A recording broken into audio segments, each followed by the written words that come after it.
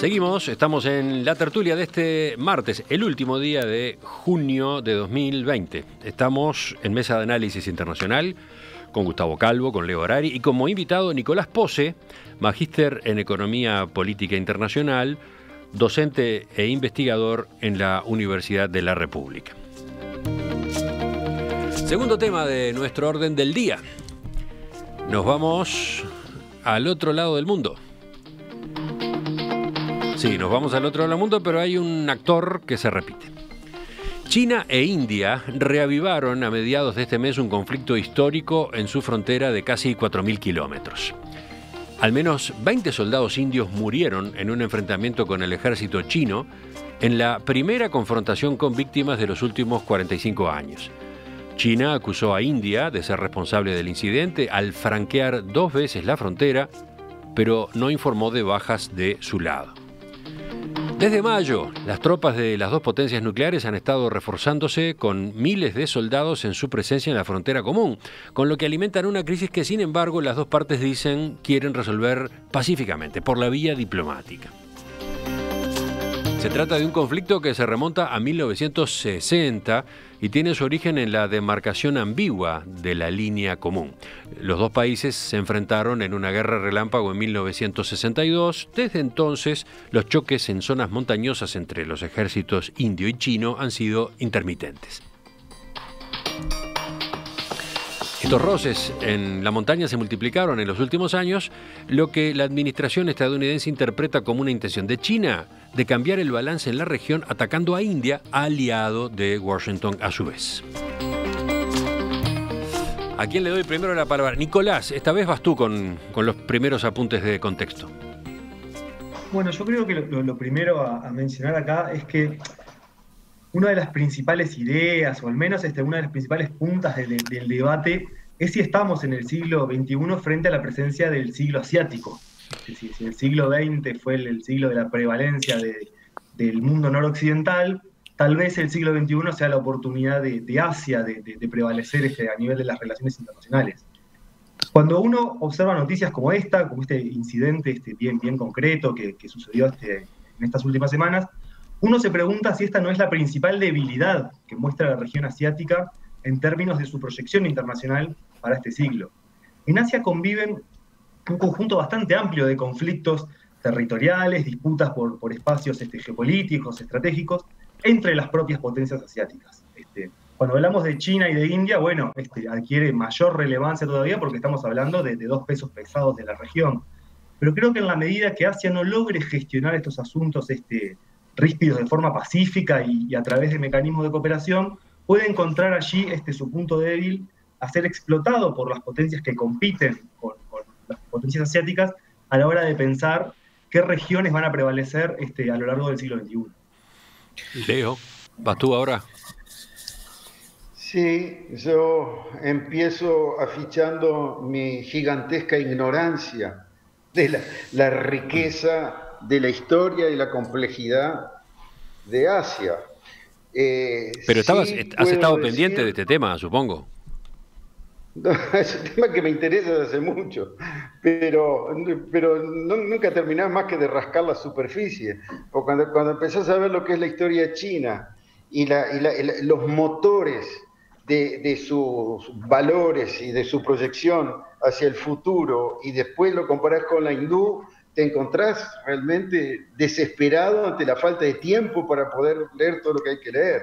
Y cuando enfrente a eso tenés un imperio tan arrogante y agresivo como fue el japonés, que dio vuelta varias veces la tortilla en la zona, invadiendo Corea y buena parte de China, empezás a darte cuenta que las estructuras que mueven lo que nosotros llamamos el desorden mundial hoy en día, son más complejas que lo que estamos acostumbrados a analizar en el Occidente.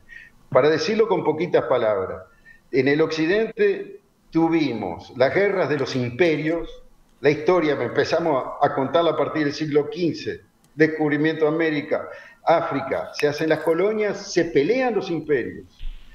Tienen otro imperio que existía antes, que es el Imperio Otomano. Todo eso se desarma y arriba de 50 o 60 millones de cadáveres, se sale de una Segunda Guerra Mundial que es la que marca nuestro día contemporáneo en el Occidente. Eso es una paz de 7 décadas, muy importante. Hubieron escaramuzas, pero no hubieron guerras entre esos imperios. En cambio, en Asia no se resolvieron así las cosas. El imperio japonés, que terminó siendo sometido finalmente por la bomba atómica, se quedó encajonado, pero China quedó esperando una revancha de la terrible humillación que viene desde la guerra del opio y el imperio francés y británico, que se repartieron pedacitos del inmenso territorio chino.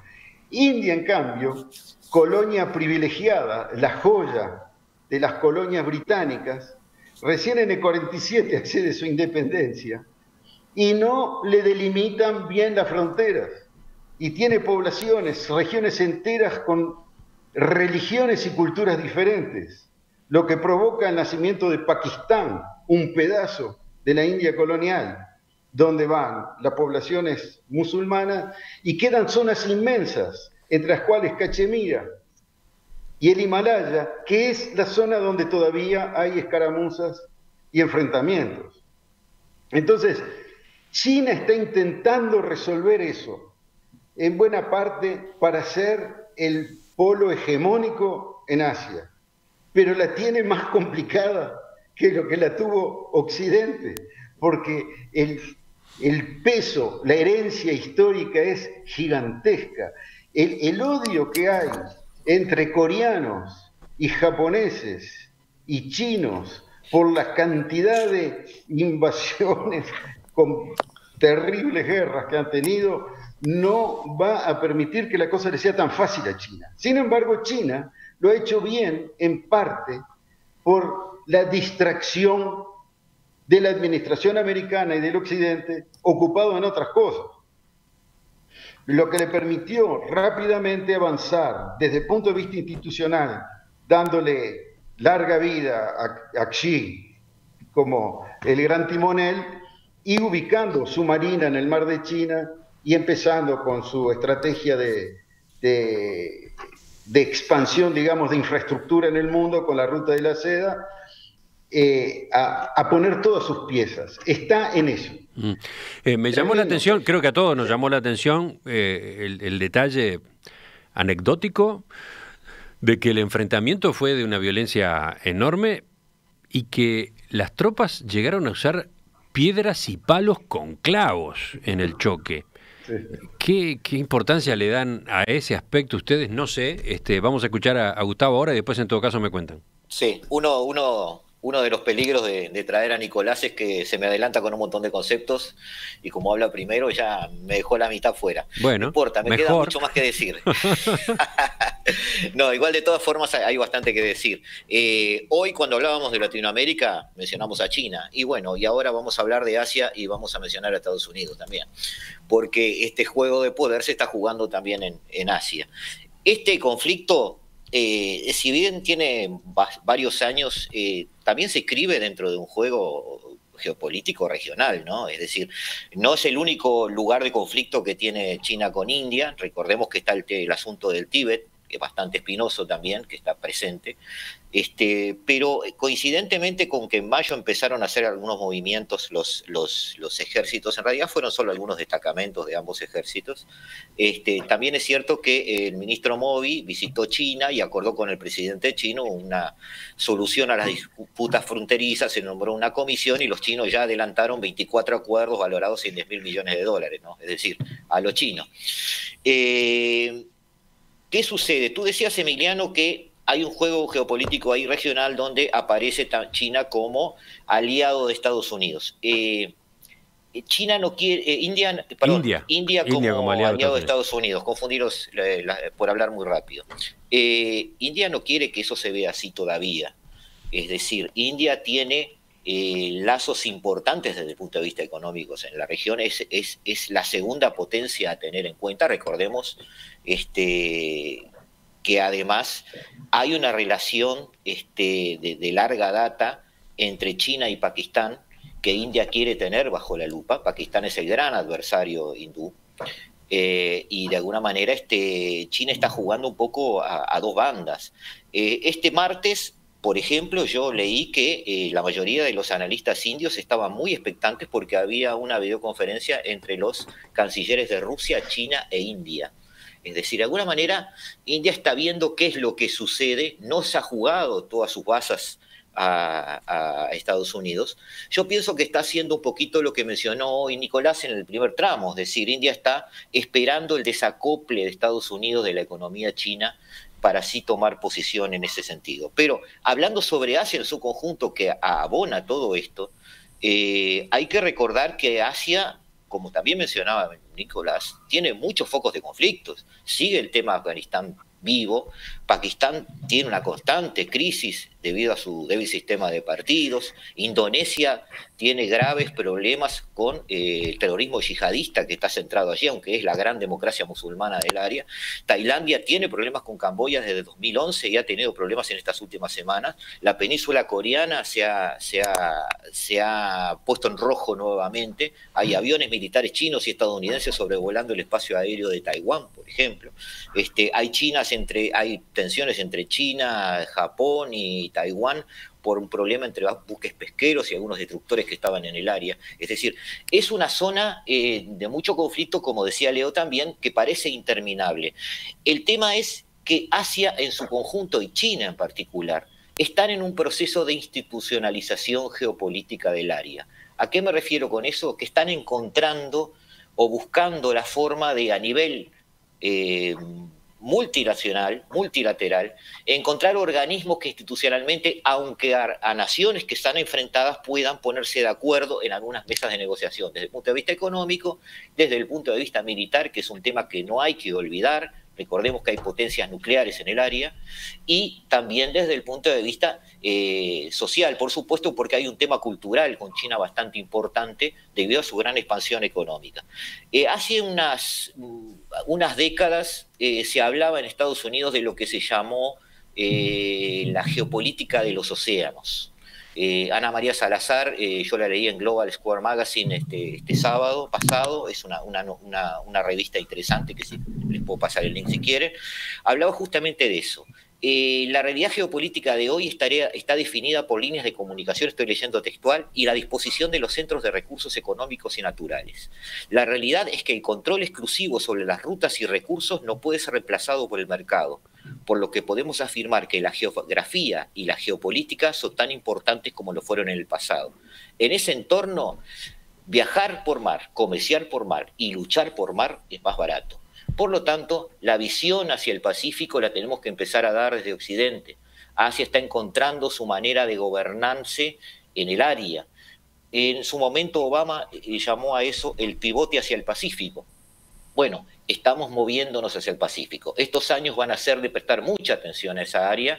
China e India van a encontrar la resolución de este conflicto, porque este conflicto es absolutamente menor. Lo que está en juego son áreas de influencia. Y, volviendo a Estados Unidos, lo que está en juego es ese cordón sanitario que Estados Unidos quiso imponer en su momento, que sigue tratando de armar con Japón, con Indonesia, con las naciones de lo que llaman ellos el Rimland, es decir, el borde del continente, para darle de esa manera un freno al poderío chino. Lo que pasa es que Estados Unidos quiere que India, de una vez por todas, se defina.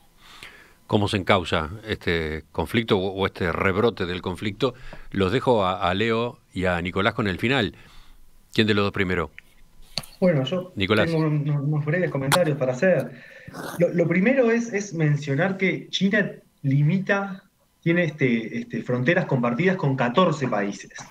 Pensemos en los hegemones previos a China, si pensamos que China puede llegar a proyectarse como tal. El Reino Unido, una isla, sin problemas graves en términos de fronteras. Estados Unidos, 2 países limítrofes, muy superior en términos de poder militar y económico los Estados Unidos a sus vecinos. China tiene el desafío de gestionar todo lo que son sus fronteras, y bueno, al tener 14 estados con los cuales compartir estos asuntos, hace la cuestión más compleja. El hecho que tú mencionabas, Emiliano, de que este conflicto fue sin armas, no es casual ni es menor. Con armas rústicas. Sin armas de fuego, ¿verdad? ¿Y por qué? ¿Porque ambos ejércitos carecen de armas de fuego poderosas? No, ¿verdad? Fue simplemente por el hecho de respetar uno de los tantos acuerdos que se han generado, mini acuerdos que se han generado entre la China y la India, para gestionar este conflicto. No para resolverlo, pero sí para gestionarlo. Eso habla de que, como decía Gustavo, los países van encontrando mecanismos para institucionalizar y gestionar sus conflictos. Así todo, para China es muy importante lograr preservar cierta paz en el vecindario. Frente a la propuesta del desacople económico de los Estados Unidos, China encuentra en Asia, en los mercados asiáticos, un espacio indispensable de expansión. Pensemos, por ejemplo, que el 65% del mercado de la telefonía celular de India está dominado por empresas chinas. Una de las primeras respuestas de India frente a este conflicto fue prohibir el uso de 59 aplicaciones chinas en territorio indio. Sí, es muy interesante ese aspecto, ¿no? Que por lo menos en la introducción no pusimos, de qué manera se respondió desde el lado indio en el terreno de la tecnología, en el terreno de las redes sociales. Exacto, que es uno de los espacios privilegiados de la guerra tecnoeconómica entre China y Estados Unidos, y es una de las principales fortalezas de China, ¿verdad? Y hay un actor que no nombramos lo suficiente, y yo quiero cerrar con esto, que es Rusia. Por allí se mencionaba que Estados Unidos es un actor clave en términos de un eventual aliado de India, pero no nos olvidemos que la gran mayoría de la provisión de armamento militar de India no viene de los Estados Unidos, viene de Rusia. India y Rusia han sido tradicionalmente países cercanos, y las relaciones entre China y Rusia, por el contrario, han sido mucho más conflictivas. Sin embargo, dado el peso económico que ha adquirido China en los últimos años, ha llevado a Rusia a tener que rebalancear esta situación y acercarse en algunos planos con China, entablando distintos acuerdos en diversos planos. ¿Cómo puede gestionar India este asunto? Y bueno, es una pregunta que no tiene una respuesta sencilla, porque alinearse demasiado con los Estados Unidos le puede implicar perder este gran aliado que tiene hacia el norte. Al mismo tiempo, hay que ver hasta qué punto Rusia está dispuesta a jugar la carta por India en un eventual conflicto bilateral con China. Yo creo que allí Rusia va a intentar continuar con este papel de mediador, porque creo que ni para Rusia, ni para China, ni para la propia India, un escalamiento de este conflicto es bueno para ninguno de ellos, ¿verdad? Leo, desde la audiencia, a propósito del repaso que hacías hace un rato, viene el mensaje de Eduardo que dice que olvidaste mencionar la guerra Vietnam-China del año 1979. Es cierto, pero no solo esa. Hay muchas cosas que no mencionamos, pero efectivamente hay conflictos que son históricos, que tienen 1000 años ahí, y que nacen y renacen, y no sé hasta qué punto van a o no incidir en el futuro, pero yo quería retomar un poco... Sí, no, lo anotaba al pasar. La pregunta era ahora a propósito de cómo continúa esto, ¿no? Yo iba en el sentido de lo que decía Nicolás, no hay que olvidarse de Rusia, que juega un rol importante. India siempre lo consideró un aliado posible como elemento de reequilibraje con respecto al vecino China. Y efectivamente ha sido el primer comprador de armamento, que es una de las razones por las cuales tienen problemas India con Estados Unidos, que ha estado siempre intentando boicotear ese tipo de negocios para vender sus propias armas. No sé si recuerdan que India llegó, sin haber firmado el Tratado de No Proliferación de Armas Nucleares, a hacer su propia bomba atómica, y Estados Unidos, otra administración que la de Trump, pero Estados Unidos lo aceptó porque era la bomba atómica de un amigo, es decir, y quedó por arriba, como si no fuera un peligro otro país nuclear más, y eso quedaba ahí, nunca más se habló. Entonces, Rusia en estos momentos necesita a China, que le compra la mayor parte del gas y el petróleo por los más grandes oleoductos que existen en el mundo y que juntan China con Rusia. China necesita a Rusia por la energía fundamentalmente, y India necesita tener la esperanza de ir de un lado para otro sin perder pie. No hay que olvidarse que el gobierno de Modi es un gobierno nacionalista que mantiene su unidad y su poder gracias a ese lenguaje de sentirse agredido, de encontrar enemigos, etc. Tanto China como India están masacrando musulmanes cada vez que pueden, que es uno de los grandes dramas que están pasando en esa región del mundo, porque así hacen unidad con sus propias tribus. O sea que hay conflictos afuera y hay conflictos adentro. Todo lo más que hablemos igual no alcanzará ni para rascar la superficie. ¿Qué va a pasar? Nadie tiene la bola de cristal, pero es obvio que hay una locomotora en marcha con un proyecto y una estrategia que es China y con medios para seguir avanzando.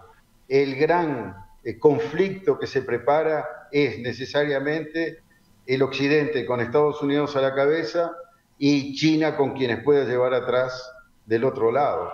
Ese es el mundo que están montando en estos momentos. Ya volvemos, viene el final de la tertulia con otros temas. Y con el perro. Leo, desde la audiencia piden que muestres al perro. Estamos volviendo. Ya viene el último segmento de la tertulia de hoy. Pero antes, y a pedido del público, concretamente de Alicia, que fue la primera, tiene que aparecer en escena el perro de Leo. ¿Lo puedo pelear? Ahí está. ¿Lo puedo pelear? ¿Lo puedo pelear? ¿Por qué vas a pelear el perro? Gustavo tenía el suyo. Estamos viendo solo al de Leo. A ver, que ladre el de Gustavo, o que Gustavo diga algo. No ladra, es como un gato esto, se llama Frodo. Pero tiene cara de malo. El tuyo, ¿cómo se llama? Recordemos, Leo.